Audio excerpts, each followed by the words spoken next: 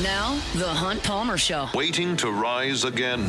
You're listening to The Hunt Palmer Show. Brought to you by Quirks, Cajun fried fish and shrimp on 104.5 ESPN Baton Rouge. This is the moment you've all been waiting for. Locking down the middle of the day. Live from the Raising Cane studio. This is Hunt Palmer.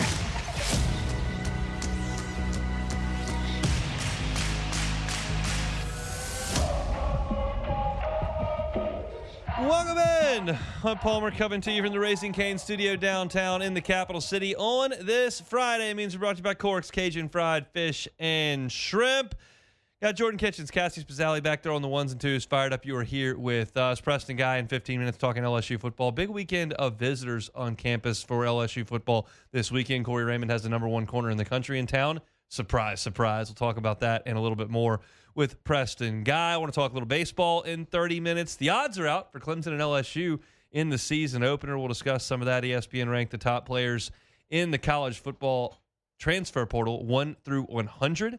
How do LSU's class rack up? Basketball, men's and women's, coming up at 2:15. So lots to do on this Friday. Let's crank it up the way we do every single day with our opening drive. Welcome to the big league. It's time for Hunt's Opening Drive. Presented by Fabry Chevrolet GMC in St. Francisville.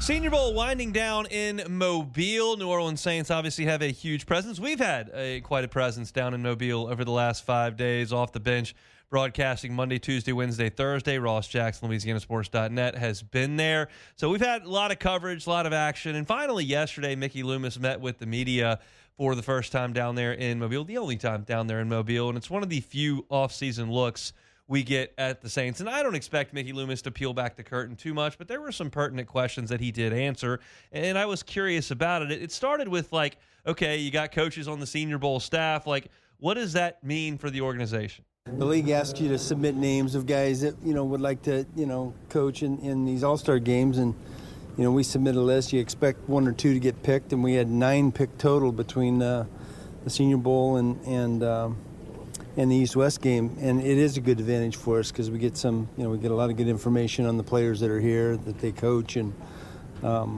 it's a good experience for our staff and good for our personnel department. And I think that's a boring soundbite, quite frankly. Why'd you play it? Well, one, he's more interesting than me because he's in charge of the Saints, and I sit here for 2 hours a day. And two, because it's true. It is an important week. It's a great experience for the staff, and we've talked about it all week. It's a big deal for the Saints to make things happen in this draft. And they did it last year with 5 Senior Bowl picks, and Mickey Loomis talked about the impact of the Senior Bowl on last year's draft class. Look, that's a credit to our to Jeff Ireland and our college scouting staff, and all of our personnel department. Look, it's not our first rodeo. We've had plenty of good drafts over the years, and hopefully this last year was a good one. It was a good first year, but let's wait a few more years before we judge that. And the Senior Bowl is such a small part of this entire process, right? You've got years of tape.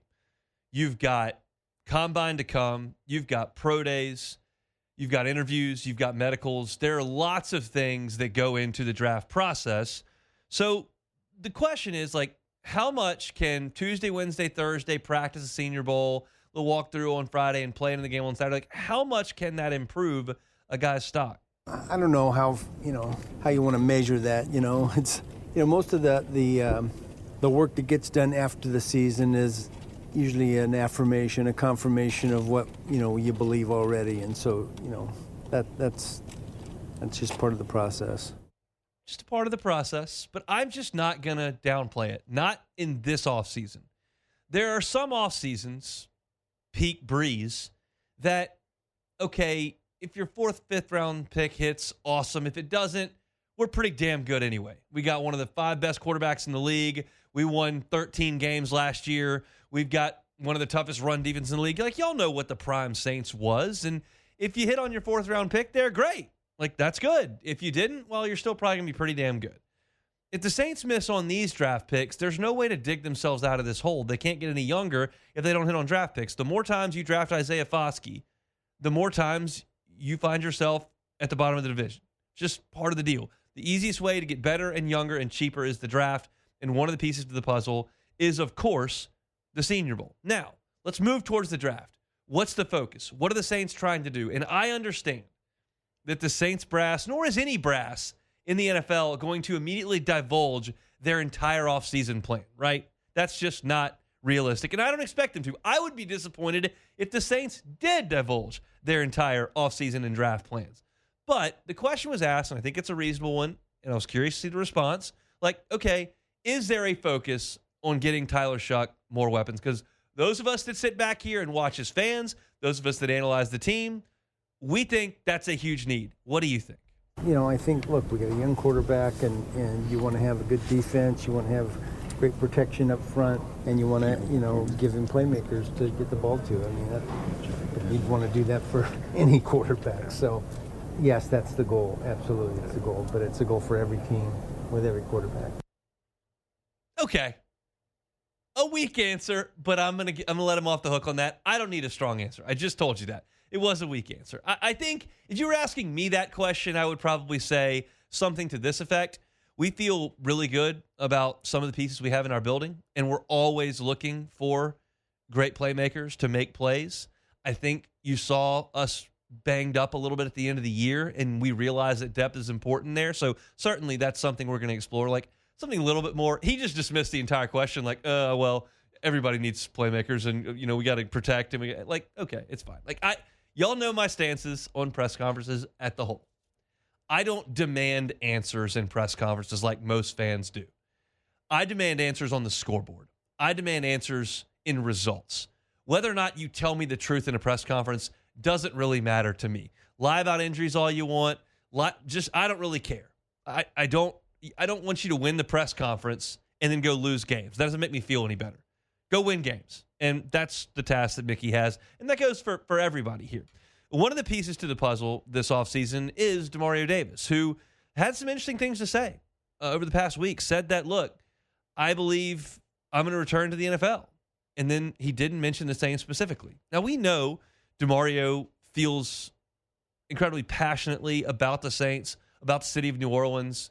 That's obvious. And it's been obvious for this portion of his career, which will be the most highlighted portion of his career. The Saints found him on the scrap heap, and he became an all-pro.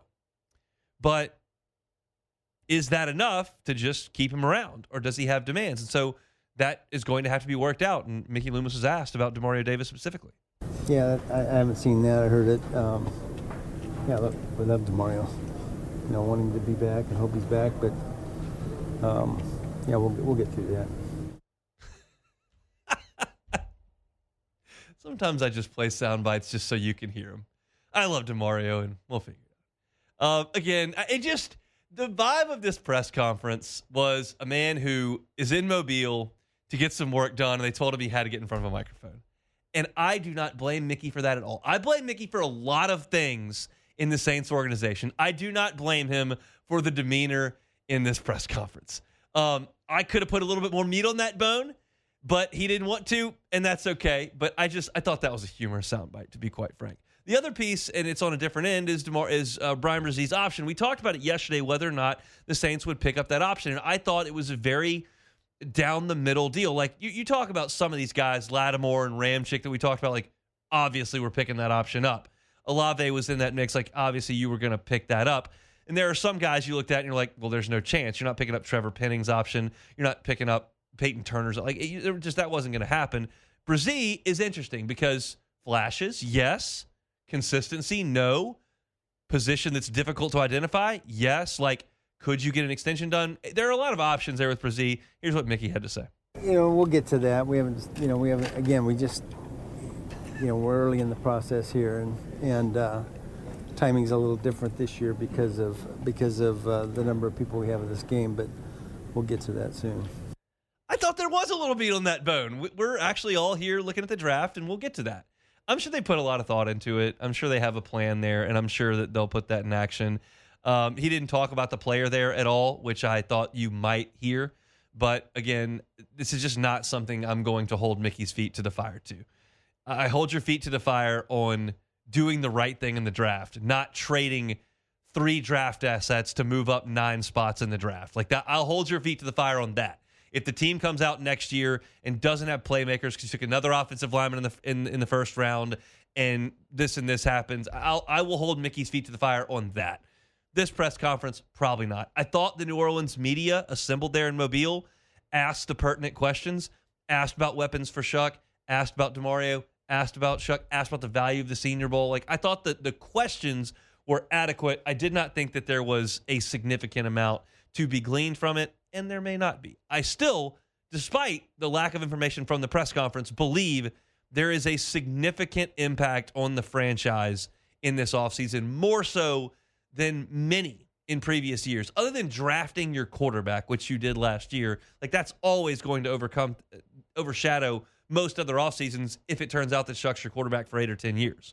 But this is a big one to get the pieces in place for your new quarterback, and we'll see just what the Saints do. And hopefully this week has been a huge help to them. The hay's pretty much in the barn for the Senior Bowl. You're not going to have a full speed practice today and tomorrow. The game is an exhibition. It's what it is. The practice reps are the most important piece to that. Plus, there are some speed dating interviews, and then the fact that the Saints have had coaches in the huddle, on the sideline, in the meeting rooms that have had extra time that other organizations haven't gotten with these players. Like, that's the most important part, and that part is over. Now it's about bringing that information back to New Orleans and making it pay when it has to pay come draft time. So that's a look at the New Orleans Saints here on this Friday, brought to you by Cork's Cajun Fried Fish and Shrimp. We will step aside. We will come back with Preston Guy talking LSU, a little recruiting, and a little bit on LSU's win-loss over-under total that Preston was tweeting about earlier today. We'll do that when we come back. The Hunt Palmer Show. First American Bank and Trust. First American Bank and Trust. You're a business, need a loan? First American Bank and Trust. You are looking to own that home of your dreams. First American Bank and Trust. Whether you're in St. Tammany or Tangipahoa or Hammond up along the I-12 corridor, maybe you're near Baton Rouge, Dutchtown, Jones Creek, maybe down in the river parishes, St. James, St. John, Lafourche, Terrebonne. No matter where you are in southeast Louisiana, there is a First American Bank and Trust right there around you. There's 25 locations, and they've been at it for 116 years. The people that work there are committed to their community. And the people that work there are committed to First American Bank and Trust. They average 25 years of experience with the bank in their management positions. The decisions that are made on your loan for your business or your home are made locally right here in southeast Louisiana. And those 25 locations mean they've got the assets to give you the options that you need. It's First American Bank and Trust. Go by and see them. Branch, they want to wish everybody a happy new year here in this January. Go by and see them at First American Bank and Trust. This is the Hunt Palmer Show, brought to you by Cork's Cajun Fried Fish and Shrimp.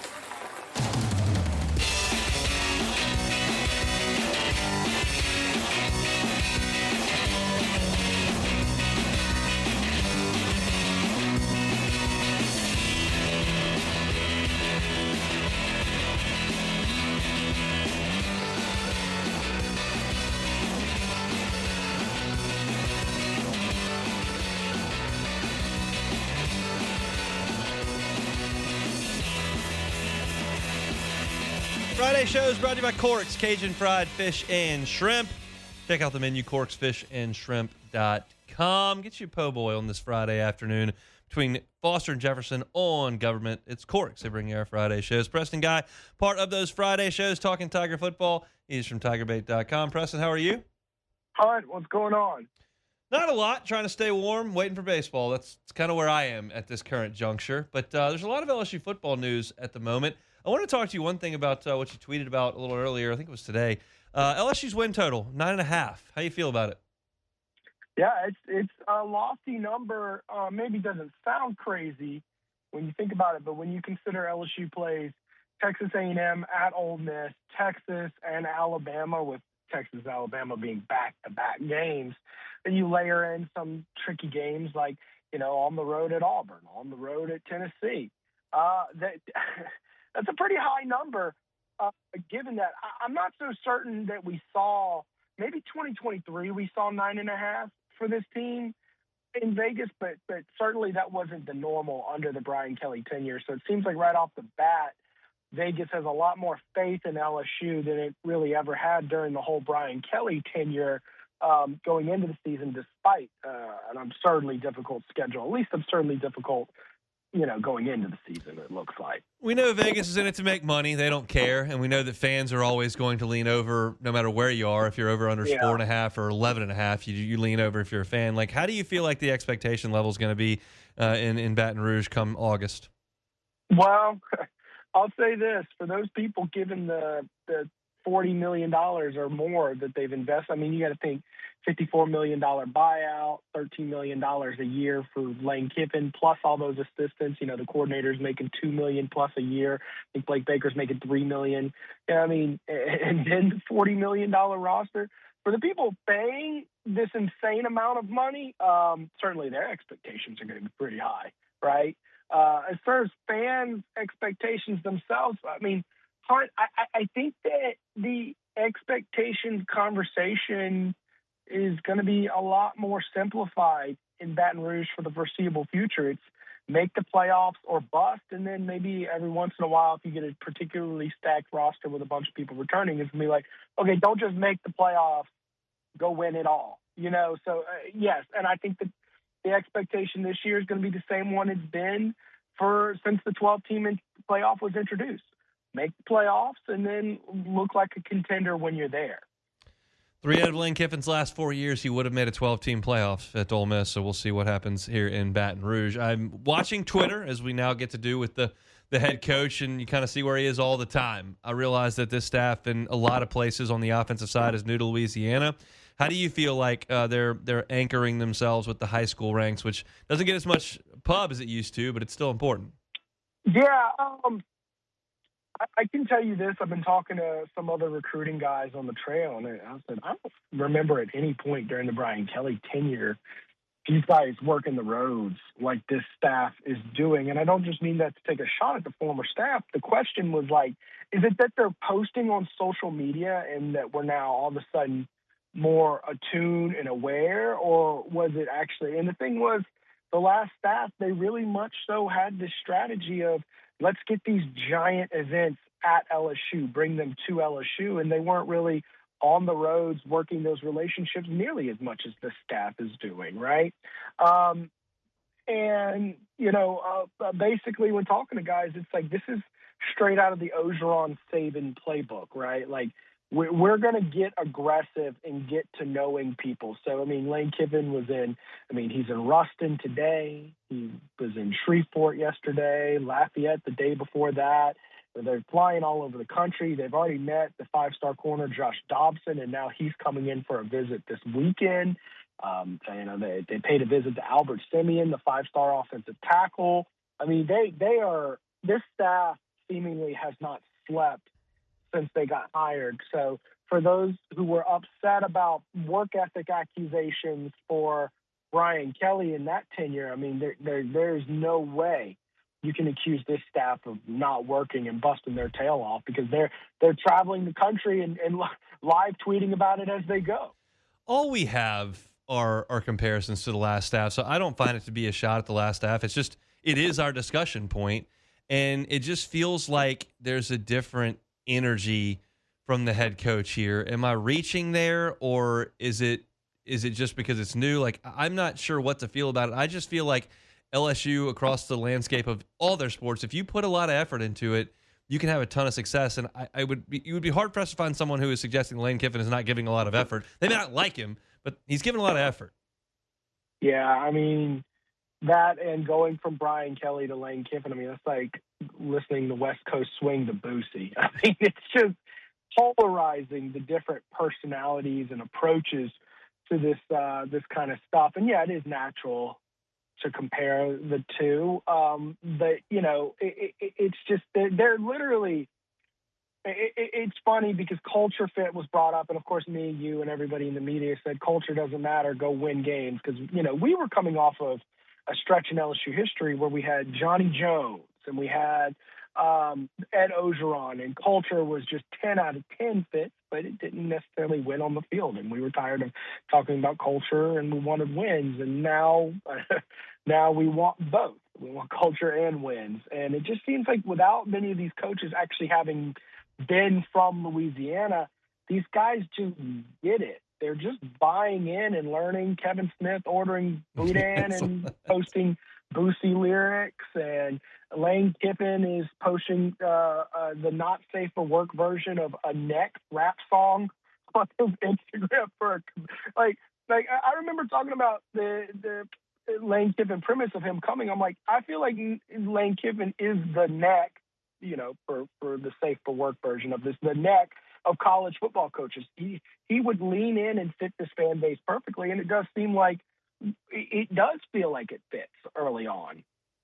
How do you feel about the importance of high school recruiting? Yeah, I still believe in it, Hunt. I think, but you have to pair it with retention and development as well. And of course, I mean, you're going to have to supplement in the portal, and you're going to have to look at guys who aren't developing and not working, and you're going to have to say, look, I'm not tying more resources into you, man. You want to go take that offer from whomever, go take that offer from whomever.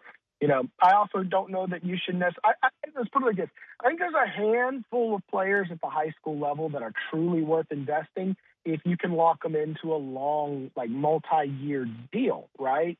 That being said, I know for a fact this coaching staff prefers to use their financial resources on the portal in high school. It's still important. Part of what makes LSU a special job is the Louisiana talent.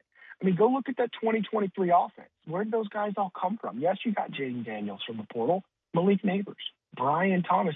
The championship teams, every championship team LSU has produced, littered with Louisiana talent and ties, right? Sure, you had to go find a quarterback from elsewhere in every single one of those rosters, and that's probably going to be the case for a while, although Pop Houston might have something to say about that.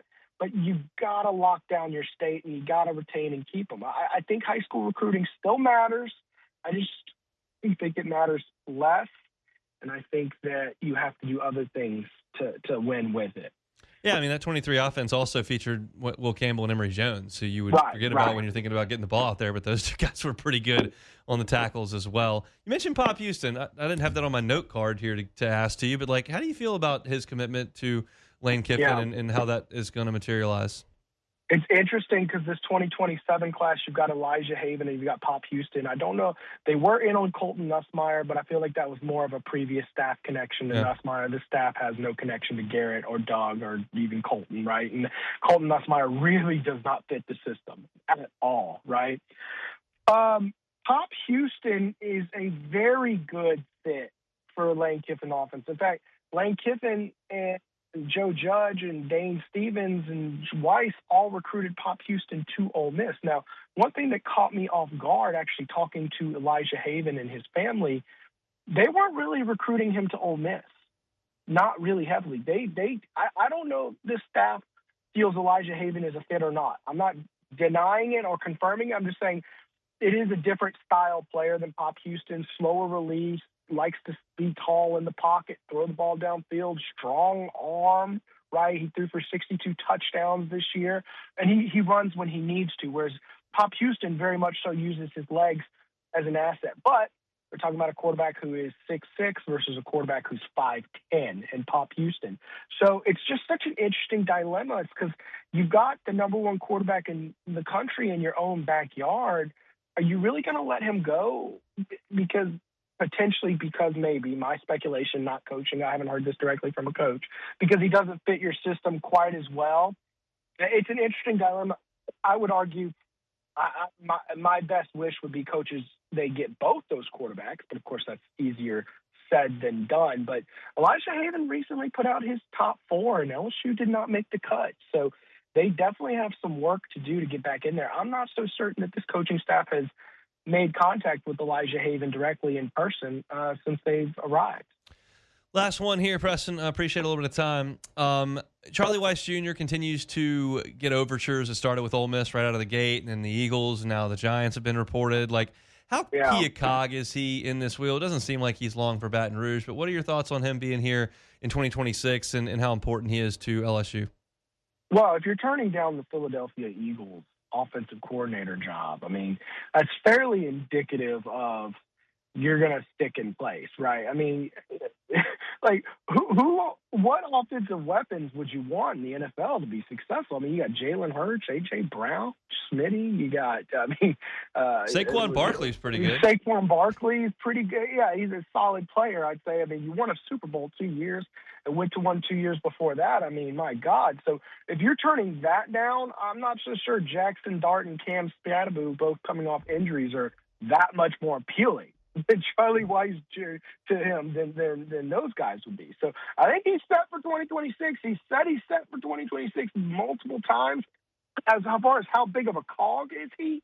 Well, I think Lane Kiffin is the engine, right? And I think no matter who's calling plays, Lane Kiffin is going to have an offense that's moving the ball. If he has to call plays himself, or maybe goes to like a guy like Dane Stevens, the young quarterback coach who called plays at Western Georgia, okay, they will move the ball well. Now, it's probably best case scenario that you get Charlie Weiss Jr. to do it. Continuity, knows the system, elite play caller. We saw what Charlie Weiss Jr. did on his own at Ole Miss. That's the best case scenario. But this offense is going to put up points one way or another. I believe that, too. We will have to wait until Labor Day weekend to see. Preston Guy, TigerBait.com, covering all things LSU football with us on Fridays. Have a great weekend, man. All right, see you soon. That's Preston Guy, always with us on these Fridays. Our Friday show is brought to you by Corks, Cajun fried fish and shrimp, crispy fried catfish, jumbo Gulf shrimp, shoestring fries, delicious stuff. Right there on Government between Foster and Jefferson. Swing on by for a late lunch or grab some food this weekend over at Corks. When we come back, I want to talk some baseball. I saw some arms yesterday. We're getting closer to opening weekend. I've got real questions about one guy's role. We'll do it next. The Hunt Palmer Show. Highland Insurance Group, HighlandIG.com is the website. It's Jonathan Carver and his team. They're awesome. It's got such expertise, and I tell you about their property and casualty all the time, talk about their employee and group benefits as well. But captives are a big, big deal. And if you're not aware of a captive or don't know about captives, have not been proposed a captive, has not been mentioned to you by your broker, you might be a fit. If you're a sizable company, if you spend a significant amount on your insurance premiums, if you've got great loss history and a good risk management department, you might fit. And it might be a complete game changer for your bottom line as a business. So if you haven't been pitched a captive because your broker either doesn't know how to handle that or doesn't have access, the Highland Insurance Group does. They do it all the time. Call Jonathan Carbo, reach out at HighlandIG.com, say, hey, got a renewal coming up, and we're hurting a little bit on the premium side. Is there a way to change this? And they will take a look and see if you're a fit. If you are, man, can it be a difference maker? I've seen it in my time in insurance, and the Highland Insurance Group does it as well as anybody. So check them out online at HighlandIG.com. It's the Highland Insurance Group, HighlandIG.com. You're listening to The Hunt Palmer Show, brought to you by Corks, Cajun fried fish and shrimp.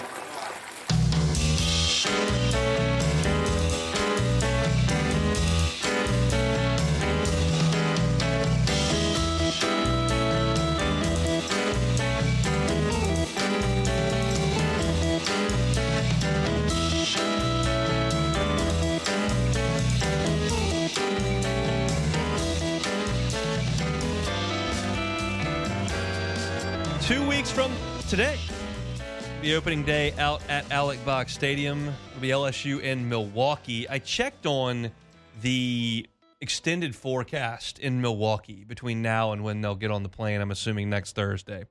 There is one high of 31. That's the high water mark. Most of the highs right around 20 in Milwaukee. Okay. From now until when they get on the plane. Now, what we looking at then? What we looking at? So they're going to get in a gym in practice, I'm sure, and they will drop 4 pop-ups opening weekend. Most definitely. That's how that goes. But they got to come down here and play. Everybody's got to leave. And we played North Dakota State last year, and you send somebody down from the great Midwest or the Northeast every year, and they hadn't been outside all year, and that's just the way that it goes in college baseball for the first couple of weeks. I'm not really worried about Milwaukee. I'm more worried about LSU. Not worried. Concerned with, I should say. I don't want to say I'm worried. I want to talk about 2 pitchers. They happen to share a name. They both pitched yesterday, Cooper Williams and Cooper Moore. You know Cooper Williams, sophomore, left-hander, was committed to Texas A&M. So last thing goes to Texas. LSU swoops in, grabs him. He comes in last year. Big old lanky left-hander, short arm, 3/4 release. And I thought threw the ball well last year. I mean, the statistics are excellent last year for Cooper Moore. You're talking about 20 innings of work. His ERA was 1.8, was very good. He only allowed, I think, 4 earned runs on the season. 2 of them were in a game against Northwestern State, and then 1 against South Carolina in the season finale, and 1 against West Virginia. But he was very, very good in short stints all year until Jay Johnson gave him a little bit of a leash late in the season. If you'll recall, in the game LSU lost to Little Rock, it was LSU had a chance to close out the regional in 3 games, and they got smoked by Little Rock Sunday night. But that wasn't Cooper Williams' fault. They put him in the game, and he went 3 2/3 innings. Only allowed 3 hits, did not allow a run, struck out 4, and walked 1. Was really good in that game. They gave him the ball against West Virginia. He went 2 2/3 innings in that game. So in the 2 regionals combined, the regional and the super, he went 6 1/3 inning and gave up 1 run on 4 hits, had 5 strikeouts and just 2 walks. Good effort. But as I watch Cooper Williams, I don't see stuff. I like stuff. Like strikes first, and that's what Cooper Williams gives you. But I like stuff, as most pitching coaches do. I like the radar gun. I like sharp breaking stuff. And I don't see a lot of that from Cooper Williams. It's like 92. It's a good breaking ball. You see a change up here and there. And as someone who's not a pitching coach or a scout, like, I watch him pitch and I'm like, I like that he's getting everyone out. I'm not sure why. Like, even guys that don't throw hard, like to go back, and the example everyone always brings up is Chris Cotton. But I know why Chris Cotton got everybody out, because he threw nothing but strikes first. He didn't walk anybody, and he had a great changeup. Like, I could see that. So you don't have to throw the hardest, but I can see that is why you get guys out. Cooper Williams, I would put, and they are completely opposite body types, but I think the arsenal is fairly similar to Riley Cooper. We're left-handed, kind of 3/4. We're not throwing 96. We are going to throw it over the plate. It's a bit of a Frisbee breaking ball, and go get it. And most teams don't. And yesterday, LSU didn't hit Cooper Williams very much. The pitching staff extended him out to 4 innings, and he did a great job. So, Mike, I don't know where they're going to put him. I think there's a possibility he fits into the back end of the weekend rotation. If you want to slide a left-hander in there, he's likely the best option right now. Is he the long man? Maybe. I don't see him as a closer option. Zach Cowan, though he's right-handed, is similar in the velocity category as Cooper Williams, maybe just a tick higher. But he's got a great changeup. And I just don't necessarily see the plus pitch from Cooper Williams. And that's why I hesitate to plug him in forcefully anywhere in my projection in this LSU staff. I'm curious about it. I think that the people that are listening to this segment might go, man, he's like really down on Cooper Williams. That's not it. I think I'm high on Cooper Williams. I'm just struggling with my analysis of him, if that makes sense. And I'm very excited over the first 4 weeks of the season to analyze that and dig deeper on it. Where do they put him? How much success does he have? How many pitches does he throw? Is it the same type of line scores as last year, where it's a lot of strikes, not as many strikeouts, and you generally keep them off the scoreboard? He did strike guys out yesterday. He had big strikeout numbers. Some was on the heater, some was on the breaking ball. So obviously his stuff's a little bit better than my eye is telling me, but I'm excited to get to watch him a little bit more and very curious where he slots in. If you made me guess right now where Cooper Williams pitches on weekend 1 of the season, I think he will start Sunday. I think he's the Sunday starter the first weekend. Keep in mind, that always changes. Last year, Chase Shores was your starter on opening weekend. He was your closer by the end of the year. It always changes. Riley Cooper was a starter 2 years ago in LSU's first rotation. You just never know how the ebbs and flow of the season are going to go. I think right now he's probably their third starter. I'm very curious how that works out. Well, who's their second starter, you might ask? I think it's Cooper Moore. And I think you saw it yesterday. His MO is a little bit more apparent to me because what I've seen from him in the fall and then early on in these preseason practices looks a lot like what I saw on the line scores at Kansas. If you look at him last year, he was second team All Big 12 as a starter at Kansas. He was 7-3, which doesn't really matter, in 14 starts. His ERA was a hair under 4, 3.96, in 88 2/3. 85 strikeouts, which is a nice number, not dominant, not completely pitched to contact, a nice number. 85 strikeouts in 88 2/3 innings, only 19 walks. So you're looking at better than 4-1 strikeout to walk. And that's what I've seen. I've seen a guy who throws a lot of strikes, who doesn't walk a lot of guys. There is a ball in play some, but he is usually able to limit damage because he keeps the ball in the ballpark and because he doesn't walk anybody. And that's what I've seen from him at this point. I told you about him last week after I saw him the first time in the preseason. I told you about the velocity and the off-speed stuff. Fastball right about 94, 93 is where he'll settle in. And the slider he throws has high velocity for his pitch arsenal.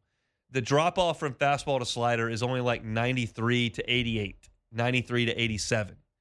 That's only 6 miles an hour. But he throws it hard.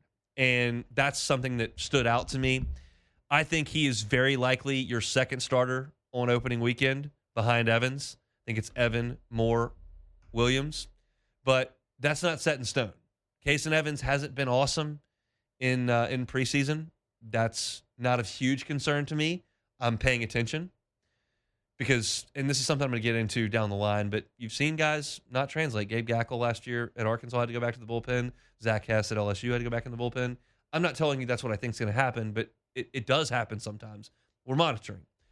It's just part of the deal. When you don't bring back an ace, you got to find one. And I think Cason Evans gives LSU a great shot. And if you turn on the highlight tape of the Little Rock game last year, turn on the highlight tape of the UCLA game last year, you turn on some of those highlight tapes and you'll feel a lot better than what Hunt's saying immediately because he was awesome last year, no doubt.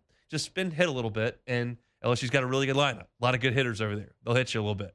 But I think that there are spots to be had in the weekend rotation. Right now, I like where Cooper Williams and Cooper Moore are. I thought they threw the ball very, very well yesterday, and I think you're trending towards that. I think Jay Johnson's plan was to go with these four guys, Evans, Cooper Williams, Cooper Moore, and Cowan on Wednesday of the first scrimmage week, which was last week, Thursday of the second, which was yesterday, Friday of next week, which is a week to opening day, and then have them ready for Friday and Saturday of opening weekend. That's the natural progression that I think you've seen from him over the years, and that's what I've been told they're looking to do. So go out there for a scrimmage next Friday. You're going to see those four guys pitch, and then they'll be ready for opening weekend, and I think that's the way they'll stack up. I liked what I saw from those guys yesterday. I'm comfortable with what Moore is. I hope that he becomes their third starter and that someone with a little more upside grabs that second slot. William Schmidt, Marcus Paz. But you're going to have to see if those guys can step forward and become that. Right now, I think that's where you are with those guys. Either way, the two Coopers are going to play a pretty big role on this team. Interesting that I compared Riley Cooper there. That's the third Cooper just on the last name. Name games, fun. That's some LSU baseball for you here. LSU Clemson. The line is out on FanDuel. I was surprised. I'll tell you what it is next. The Hunt Palmer Show. Love to tell you about our friends at Fabry Chevrolet GMC. Fabry Chevrolet GMC. They're on Highway 61 in St. Francisville. Huge inventory of new and pre-owned Chevrolets and GMCs. It's a new year. Looking for a new ride. Maybe that lease is about to expire. Maybe your car feels like it's on its last leg. Maybe you just want to see what's out there. Whatever your situation is, if you're looking for a Tahoe, looking for a Suburban, looking for a Silverado, Yukon, Denali, you see those on the road, that's a good-looking car. Go see it at Fabry Chevrolet GMC. You can trust the Fabry family. You have for 35 years. Amazing buying experience, great customer service after the sale. You get that with the Fabry family, and you get that now at Fabry Chevrolet GMC. New ownership as of October 1st. They would love to have you come on by and see them. So make that short drive to St. Francisville or check them out online at FabryChevrolet.com, FabryChevrolet.com. You're listening to The Hunt Palmer Show, brought to you by Quirks, Cajun fried fish and shrimp.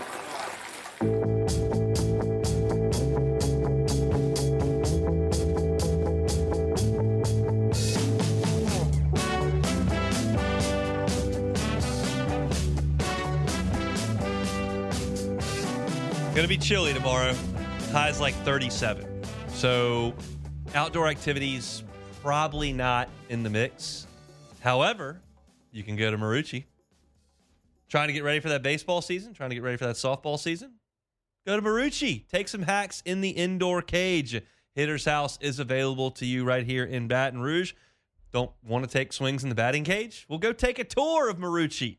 You can do that. Their campus tours are awesome. They'll show you where they make the official bat of Major League Baseball. How many do they make in a day? 1,200.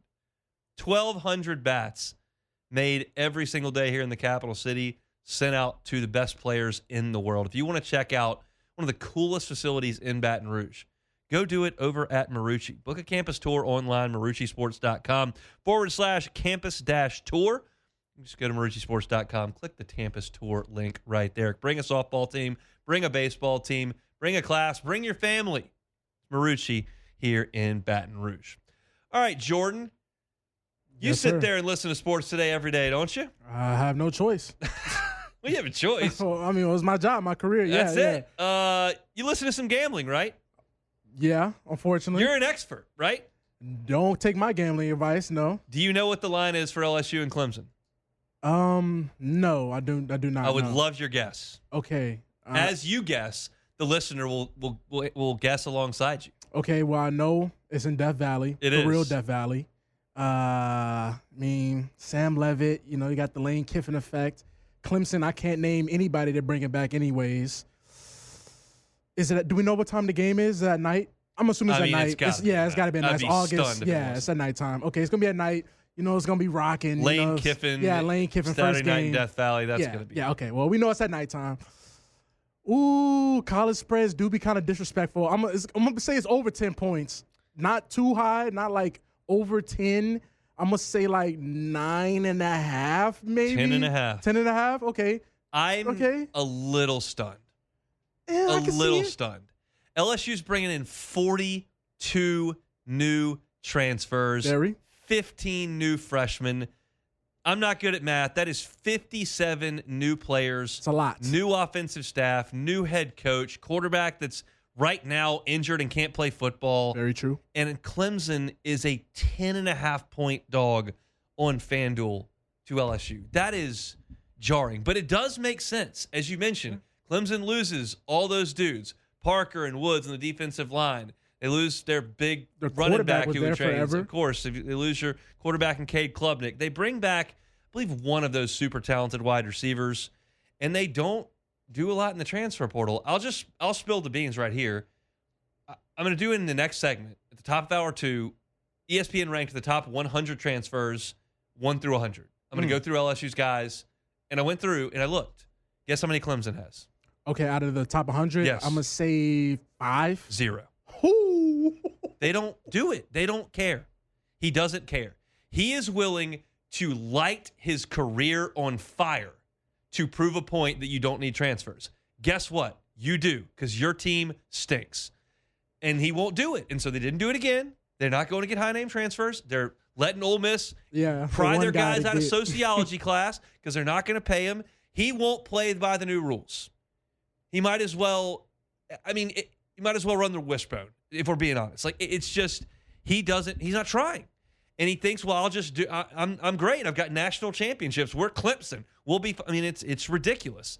And there's a reason ESPN did not rank them in the way too early top 25. Now, that doesn't mean Clemson can't win any games, because ESPN doesn't think they're good and FanDuel doesn't think they're good. Doesn't mean they're not good.